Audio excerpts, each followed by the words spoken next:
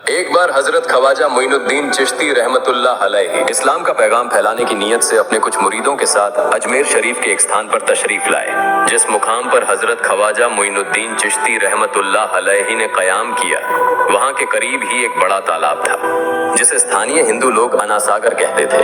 उस दौर में इस तालाब की वसात और पवित्रता के कारण हिंदू समाज में इसका बहुत एहतराम किया जाता था। उनका यह अकीदा था कि जो शख्स दिन भर गुनाह करने के बाद इस तालाब में गौस्ल करता है, उसके तमाम गुनाह धुल जाते हैं। इसी वजह से वे इस तालाब को हमेशा दियों से सजाए रखते थे। कहा जाता है कि इस तालाब में हर रात दिए जलाने के लिए तकरीबन 3 मन तेल की जरूरत होती थी। तालाब की पवित्रता के कारण वहाँ सभी हिंदुओं को दाखिल होने की इजाजत नहीं थी। सिर्फ आला तबके के ब्राह्मण ही वहाँ गौस्ल कर सकते थे और तालाब के पानी को छू सकते थे। उनका यह मानना था कि अगर ब्राह्मणों के अलावा कोई और तालाब के पानी को छू ले तो पानी नापाक हो जाएगा। हजरत ख्वाजा मोइनुद्दीन चिश्ती रहमतुल्लाह अलैहि और उनके मुरीद लंबे सफर से थके हुए थे। कुछ देर आराम फरमाने के बाद जब नमाज का वक्त हुआ तो ख्वाजा मोइनुद्दीन चिश्ती रहमतुल्लाह अलैहि ने हजरत बख्तियार काकी रहमतुल्लाह अलैहि को अजान देने का हुक्म दिया। हुक्म पाकर हजरत बख्तियार काकी रहमतुल्लाह अलैहि ने अजान देना शुरू किया। उस वक्त हिंदुस्तान में तौहीद का पैगाम और अजान के अल्फाज किसी ने नहीं सुने थे।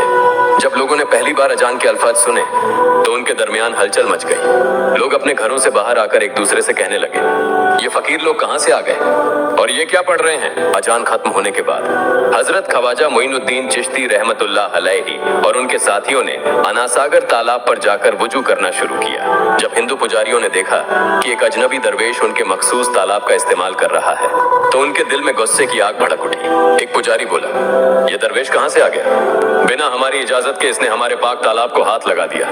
हम इस तालाब को कितना मुकद्दस मानते हैं और इन मुसाफिरों ने इसे नापाक कर दिया है। इसका कोई हल निकालना ही होगा। इसके बाद हजरत ख्वाजा मोइनुद्दीन चिश्ती रहमतुल्लाह अलैहि ने तमाम साथियों के साथ मिलकर जमात के साथ नमाज अदा की।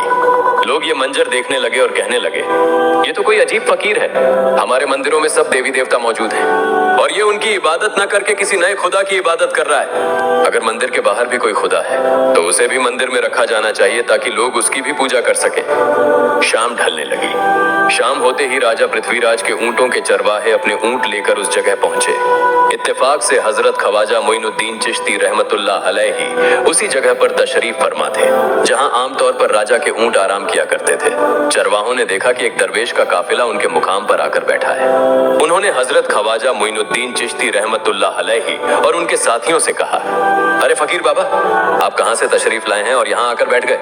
क्या आपको मालूम नहीं कि यहाँ रोजाना राजा पृथ्वीराज के ऊंट आराम फरमाते हैं। राजा के ऊंट यहाँ आराम करते हैं। ये जानते हुए भी आपने यहाँ बैठने की जुर्रत कैसे की। हजरत ख्वाजा मोइनुद्दीन चिश्ती रहमतुल्लाह अलैहि ने उन चरवाहों को नरमी से जवाब दिया, बाबा, हम मुसाफिर हैं और अनजान हैं।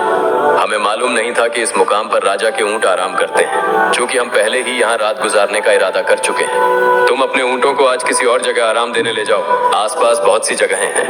हजरत ख्वाजा मोइनुद्दीन चिश्ती रहमतुल्लाह अलैहि का जवाब सुनकर पृथ्वीराज के चरवाहे बोले, फकीर की हिम्मत तो देखो, कहता है कि राजा के ऊंटों को कहीं और ले जाएं और खुद यहाँ बैठे रहेंगे। फकीर बाबा, ये तो हरगिज मुमकिन नहीं है। राजा के ऊंट अपने ही मुकाम पर बैठेंगे। यह कहकर चरवाहों ने हजरत ख्वाजा मोइनुद्दीन चिश्ती रहमतुल्लाह अलैहि और उनके साथियों को वहां से उठाने के लिए दुर्व्यवहार करना शुरू कर दिया। हजरत ख्वाजा मोइनुद्दीन चिश्ती रहमतुल्लाह अलैहि बहुत ही सरल स्वभाव के थे। जब उन्होंने देखा कि चरवाहे दुर्व्यवहार कर रहे हैं तो उन्होंने बख्तियार काकी रहमतुल्लाह अलैहि से कहा, बख्तियार, हम यहाँ बैठकर क्या करेंगे। जब राजा के ऊंटों को यहीं बैठाना है तो रहने दो, ऊंट यहीं बैठे, हम यहाँ से जा रहे हैं। ये कहकर हजरत ख्वाजा मोइनुद्दीन चिश्ती रहमतुल्लाह अलैहि अपने साथियों के साथ वहां से चले गए। अगली सुबह जब ऊंटों को फिर से चरागाह में ले जाने का समय आया तो चरवाहे ऊंटों को उठाने की कोशिश करने लगे, लेकिन बार बार कोशिश के बावजूद वे ऊंटों को उठा नहीं सके, क्योंकि अल्लाह के वली हजरत ख्वाजा मोइनुद्दीन चिश्ती रहमतुल्लाह अलैहि ने कहा था कि ऊंट यहीं बैठेंगे। अल्लाह रब्बुल आलमीन ने उनकी यह दुआ कबूल कर ली थी और ऊंटों को आदेश दिया था कि जब तक मोइनुद्दीन चिश्ती खुद नहीं कहेंगे तब तक वे यहीं बैठे रहेंगे। इसके बाद चरवाहे ऊंटों के न उठने का कारण जानने लगे। उनमें से एक नेक चरवाहा था जिसने कहा क्या तुम्हें याद है कि हमने कल यहाँ से एक दरवेश को उठाया था? जाते जाते उन्होंने कहा था कि हम जा रहे हैं, राजा के ऊंट यहीं बैठेंगे। मुझे लगता है कि उनके कहे शब्दों के कारण ही राजा के ऊंट उठ नहीं पा रहे हैं। शायद वह कोई बड़े वली हैं या अल्लाह का कोई अवतार है। इस बात को महामहिम राजा के समक्ष रखते हैं। इसके बाद चरवाहे पृथ्वीराज के पास पहुंचे और हाथ जोड़कर निवेदन किया, महाराज, हमने बहुत कोशिश की, लेकिन आपके ऊंटों को उनके स्थान से नहीं उठा सके और उन्हें चरागाह में घास चराने नहीं ले जा पा रहे हैं। राजा पृथ्वीराज ने आश्चर्य से पूछा, क्या ऊंटों को कोई बीमारी है जिस कारण वे उठ नहीं पा रहे? चरवाहों ने कहा, महाराज, ऊंट पूरी तरह स्वस्थ हैं, उन्हें कोई बीमारी नहीं है। पृथ्वीराज ने कहा, तो फिर वे अपनी जगह से क्यों नहीं उठ रहे? चरवाहों ने कहा, महाराज, कल उस स्थान पर एक दरवेश बैठे थे, हमने उनके और उनके साथियों के साथ काफी दुर्व्यवहार किया और उन्हें वहां से उठा दिया था। जाते जाते उन्होंने कहा था, राजा के ऊंट यहाँ बैठेंगे और उठेंगे नहीं। हमें लगता है कि दरवेश की बद्दुआ के कारण ही ऊंट अपनी जगह से नहीं उठ पा रहे हैं। तब पृथ्वीराज ने हुक्म दिया, अच्छा, जाओ और उस दरवेश को मेरे पास ले आओ। जब हजरत ख्वाजा मोइनुद्दीन चिश्ती रहमतुल्लाह अलैहि पृथ्वीराज के दरबार में पहुंचे तो पृथ्वीराज ने उनसे पूछा, ऐ दरवेश, आपने मेरे ऊंटों को क्यों पंगु बना दिया है? मेरे ऊंट भूखे मर रहे हैं, कृपया अपना जादू उनसे हटा लें। अगर जादू नहीं हटाया तो मेरे ऊंट भूखे मर जाएंगे। पृथ्वीराज की बात सुनकर हजरत ख्वाजा मोइनुद्दीन चिश्ती रहमतुल्लाह अलैहि मुस्कुराते हुए बोले, हे अल्लाह के बंदे, हम मुसलमान हैं और मुसलमान कभी जादू नहीं करते। तुम्हारे ऊंटों को मैंने नहीं बल्कि इस संसार के पालनहार महान अल्लाह रब्बुल आलमीन ने बैठाया है। उनकी आज्ञा से ऊंट बैठे हैं और उनकी आज्ञा से ही उठेंगे। लेकिन मैं उस सर्वशक्तिमान से प्रार्थना कर सकता हूँ कि वह तुम्हारे ऊंटों को उठने की अनुमति दे। इसके बाद हजरत ख्वाजा मोइनुद्दीन चिश्ती रहमतुल्लाह अलैहि ने अल्लाह से दुआ की, हे अल्लाह, इन ऊंटों को उनकी जगह से उठने की तौफीक दे। हजरत ख्वाजा मोइनुद्दीन चिश्ती रहमतुल्लाह अलैहि की दुआ करते ही चरवाहों ने देखा कि ऊंट अपनी जगह से उठकर चरागाह की ओर बढ़ने लगे। यह दृश्य देखकर चरवाहे चकित रह गए और हजरत ख्वाजा मोइनुद्दीन चिश्ती रहमतुल्लाह अलैहि की करामत की खबर पूरे अजमेर में फैल गई। जैसे जैसे हिंदुओं के बीच हजरत ख्वाजा मोइनुद्दीन चिश्ती रहमतुल्लाह अलैहि की करामत की बातें फैलने लगी और इस्लाम की महानता उनके सामने प्रकट होने लगी, मंदिर के पुजारी भयभीत हो गए। वे सोचने लगे, अगर यही चलता रहा तो सभी हिंदू मुसलमान बन जाएंगे। तब वे पृथ्वीराज के पास पहुंचे और निवेदन किया, महाराज, ये दरवेश हमारे राज्य में अशांति फैला रहे हैं। यदि आपने अभी इनका कोई उचित समाधान नहीं निकाला तो ये दरवेश सभी हिंदुओं को मुसलमान बना देंगे और तब हमारे देवताओं की पूजा करने वाला कोई नहीं बचेगा।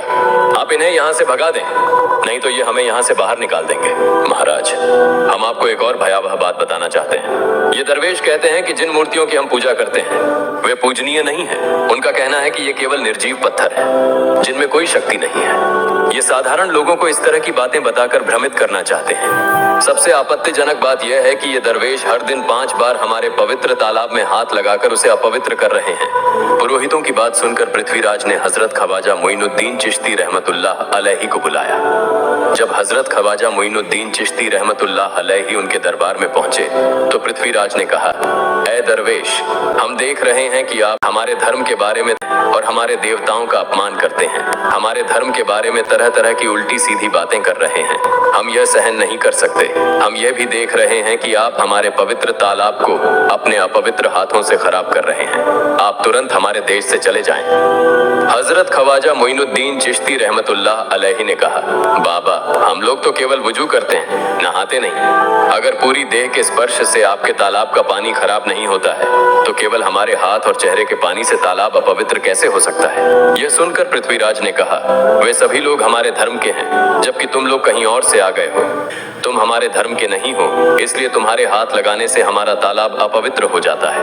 तब हजरत ख्वाजा मोइनुद्दीन चिश्ती रहमतुल्लाह अलैहि ने कहा, अच्छा बाबा, हम अब आपके तालाब के पानी को हाथ नहीं लगाएंगे, लेकिन हमें पानी की जरूरत है तो हम चाहते हैं कि केवल एक बर्तन में पानी ले लें। पृथ्वीराज ने कहा, ठीक है, तुम पानी ले सकते हो, लेकिन तुम्हारा बर्तन तालाब में लगे, तुम्हारे हाथ नहीं।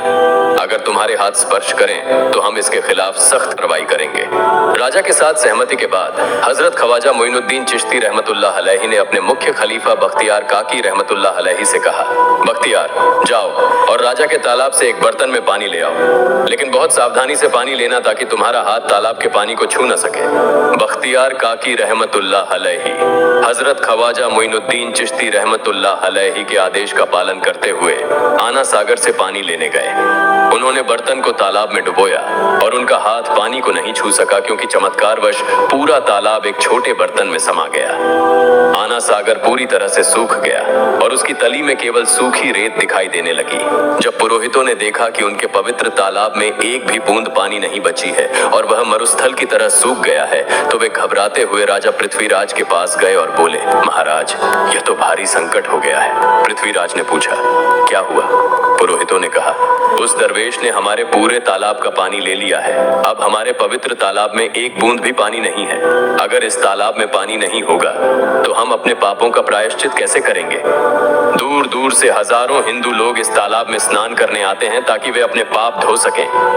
अगर पानी नहीं रहेगा तो वे यहाँ आना बंद कर देंगे, जिससे हमारा बड़ा नुकसान होगा और अजमेर की मान मर्यादा मिट्टी में मिल जाएगी। पृथ्वीराज गहरे विचार में पड़ गए। वे हजरत ख्वाजा मोइनुद्दीन चिश्ती रहमतुल्लाह अलैहि के खिलाफ कोई कठोर कदम उठाने से झिझक रहे थे, क्योंकि उन्हें आशंका थी कि अगर उन्होंने दरवेश के खिलाफ सैनिक भेजे और दरवेश ने सैनिकों पर भी जादू कर दिया तो उनकी परेशानी और बढ़ जाएगी। इसलिए उन्होंने कहा, तुम लोग जाओ और उस दरवेश को मेरे पास बुला कर लाओ। मैं देखता हूं कि वह क्या चाहता है। अगर उसकी मांग उचित होगी तो हम उसे मान लेंगे, और यदि उचित नहीं हुई तो हम माफी मांगकर अपना तालाब का पानी वापस ले लेंगे। जब हजरत ख्वाजा मोइनुद्दीन चिश्ती रहमतुल्लाह अलैहि पृथ्वीराज के दरबार में पहुंचे तो पृथ्वीराज ने कहा, ऐ बाबा, आपने हमारे तालाब का सारा पानी ले लिया है। हम अपने पापों का प्रायश्चित कैसे करेंगे? पूरे दिन के पाप हम इस तालाब में स्नान करके धोते हैं। अगर तालाब में पानी नहीं होगा तो हम अपने पाप कैसे धोएंगे? हजरत ख्वाजा मोइनुद्दीन चिश्ती रहमतुल्लाह अलैहि ने उत्तर दिया, देखो बाबा, तुम्हारे पास आना सागर है, पर दुनिया के हर कोने में ऐसा तालाब नहीं है, तो क्या वे लोग अपने पाप कैसे धोएंगे? पापों को धोने की ताकत इस तालाब के पानी में नहीं है। पापों को माफ करने वाला केवल अल्लाह है, जिसने आकाश, धरती और पूरी सृष्टि बनाई है। उसकी इजाजत के बिना एक पत्ता भी नहीं हिलता। इसलिए मैं तुम्हें इस भ्रम को छोड़कर सही राह पर आने की दावत देता हूँ। वहां मौजूद हजारों हिंदू हजरत ख्वाजा मोइनुद्दीन चिश्ती रहमतुल्लाह अलैहि की बातें मंत्रमुग्ध होकर सुन रहे थे। इसके बाद उन्होंने कहा, जाओ बख्तियार, जिस बर्तन में तुमने तालाब का पानी लिया था उसे वापस तालाब में डालाओ। बख्तियार काकी रहमतुल्लाह अलैहि हजरत ख्वाजा मोइनुद्दीन चिश्ती रहमतुल्लाह अलैहि के हुक्म से आना सागर में बर्तन का पानी डालने गए। जैसे ही बर्तन का पानी तालाब में डाला, आना सागर फिर से पानी से लबालब भर गया। इस चमत्कार को देखकर वहां मौजूद कई हिंदुओं ने कलमा पढ़कर इस्लाम कबूल कर लिया। यह देखकर हिंदू पुरोहितों और पंडितों की चिंता बढ़ गई। वे पृथ्वीराज के पास गए और बोले, महाराज, यदि अब कोई उपाय नहीं किया गया तो सारे हिंदू मुसलमान हो जाएंगे। पृथ्वीराज ने कहा, मुझे सलाह दो, इस दरवेश का मुकाबला कैसे किया जा सकता है? पुरोहितों ने कहा, यह दरवेश एक बड़ा जादूगर है, इसलिए इसका मुकाबला भी जादू से करना होगा। हमारे बीच एक बड़े पुरोहित और जादूगर रामदेव हैं, उन्हें इसके मुकाबले में भेजें। अगर वह जादू से इसे हरा सके तो हम अपने हिंदू धर्म का गौरव फिर से प्राप्त कर सकेंगे। पृथ्वीराज ने रामदेव को बुलाकर कहा, रामदेव, मैं तुम्हें इस दरवेश को जादू से हराने की जिम्मेदारी दे रहा हूँ। अगर तुम उसे हरा सके तो हम अपने धर्म का गौरव फिर से पा सकेंगे। रामदेव ने पृथ्वीराज को आश्वस्त करते हुए कहा, महाराज, आप चिंता न करें, इस दरवेश को हराना मेरे लिए बहुत आसान है। मैं आपके समक्ष हमारे धर्म का गौरव वापस लाकर रहूंगा। इसके बाद रामदेव अपने साथियों के साथ हजरत ख्वाजा मोइनुद्दीन चिश्ती रहमतुल्लाह अलैहि के सामने मुकाबले के लिए पहुंचा। उसने कहा, मोइनुद्दीन, अगर तुम में ताकत है तो मुझसे जादू का मुकाबला करो। मैंने तुम जैसे बहुत से जादूगरों को हराया है। तुम्हें हराना तो मेरे लिए साधारण बात है। हजरत ख्वाजा मोइनुद्दीन चिश्ती रहमतुल्लाह अलैहि ने उसकी बातों का कोई जवाब नहीं दिया। रामदेव ने देखा कि हजरत ख्वाजा मोइनुद्दीन चुप हैं, तो उसने गाली गलौज करना शुरू कर दिया। जब रामदेव अपनी हदें पार कर गया तो हजरत ख्वाजा मोइनुद्दीन ने उसकी आंखों में देखते हुए कहा, रामदेव, तू चिल्ला रहा है, लेकिन मैं तेरे माथे पर ईमान की रोशनी देख रहा हूँ। हजरत ख्वाजा मोइनुद्दीन चिश्ती रहमतुल्लाह अलैहि की यह बात सुनते ही रामदेव कांपने लगा, और उसी क्षण अल्लाह रब्बुल आलमीन ने उसके दिल में ईमान की रोशनी डाल दी। रामदेव हजरत ख्वाजा मोइनुद्दीन चिश्ती के चरणों में गिर पड़ा और बोला, हे अल्लाह के वली, मैंने आपके साथ बहुत बेअदबी की है, मुझे माफ करें और और मुझे कलमा पढ़ाकर इस्लाम की राह दिखाएं। हजरत ख्वाजा मोइनुद्दीन चिश्ती रहमतुल्लाह अलैहि ने रामदेव को कलमा पढ़ाया और उनका नाम रखा मोहम्मद सादिक। इतिहास बताता है कि बाद में रामदेव मोहम्मद सादिक के रूप में एक बड़े अल्लाह के वली बन गए। प्रिय पाठकों, सोचें, जो रामदेव हजरत ख्वाजा मोइनुद्दीन चिश्ती को पराजित करने आए थे, वही अब उनके हाथ में हाथ देकर इस्लाम की शांति की छांव में आ गए। यह अल्लाह रब्बुल आलमीन का चमत्कार और शक्ति है, जो जिसे चाहे हिदायत दे सकता है। सभी लोग कमेंट में लिखें आमीन। दोस्तों, यह थी हमारी आज की वीडियो। दोस्तों, अगर आपको मेरी वीडियो पसंद आई हो तो तुरंत चैनल को सब्सक्राइब करें और पास वाले बेल आइकन को प्रेस कर दें। फिर मिलेंगे एक नए वीडियो में।